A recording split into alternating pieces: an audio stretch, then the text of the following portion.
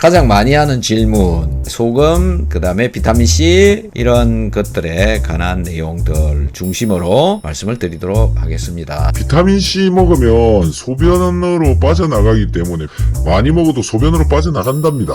이런 생각들을 가지고 계시는 것 같아요. 입으로 들어갔다가 그냥 소변으로 바로 빠져나가 버린다. 그렇게 생각을 하시는 것 같습니다. 그런데 입으로 들어가 가지고 소변으로 빠져나가 버리게 되면 역할을 충분히 할 만큼 다 하고 빠져나가는 겁니다. 그러니까 비타민C를 섭취를 해서 소변으로 빠져나가는 것은 제대로 일을 하고 빠져나가는 겁니다. 그러니까 아무 일도 안 하고 소변으로 그냥 빠져가 버린다. 이렇게 착각을 하시고 계시는 거죠. 내가 섭취한 음식물이 소변으로 빠져나간다. 이 얘기는 혈관 속으로 흡수가 되어졌다라고 하는 증거입니다. 그러니까 혈액 속에 비타민C가 들어가가지고 흡수되어져가지고 내 조직, 장기 여기저기를 막 돌아다니다가 이제 필요 없게 되면 소변으로 빠져나간다? 네, 그런 개념인 거거든요. 그런데 사실은 비타민C를 먹는 이유가 바로 그렇게 일을 하라고 비타민C를 먹는 겁니다. 변으로 빠져나가는데 왜 일을 하느냐라는 건데요. 위장 속에서 비타민C는 소화를 시키는데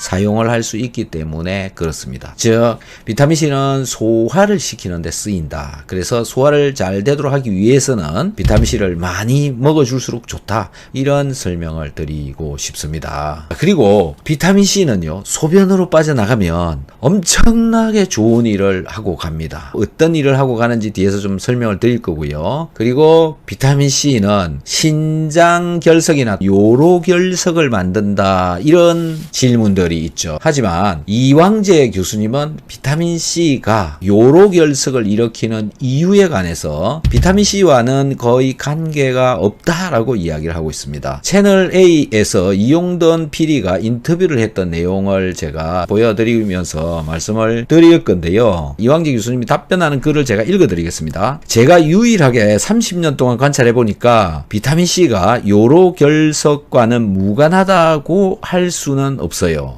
비타민C가 대사되는 과정 중에 옥살레이트, 즉 수산염이라는 게 생기거든요. 그런데 저는 요로에 결석이 생긴 분들도 비타민C를 드시라는 거예요. 비뇨기과 의사들에게 물어보면 돌이라는 건 어차피 생기는 사람은 얼마나 자주 생기느냐지 생길 수밖에 없다는 겁니다. 어떻게 막을 것이냐?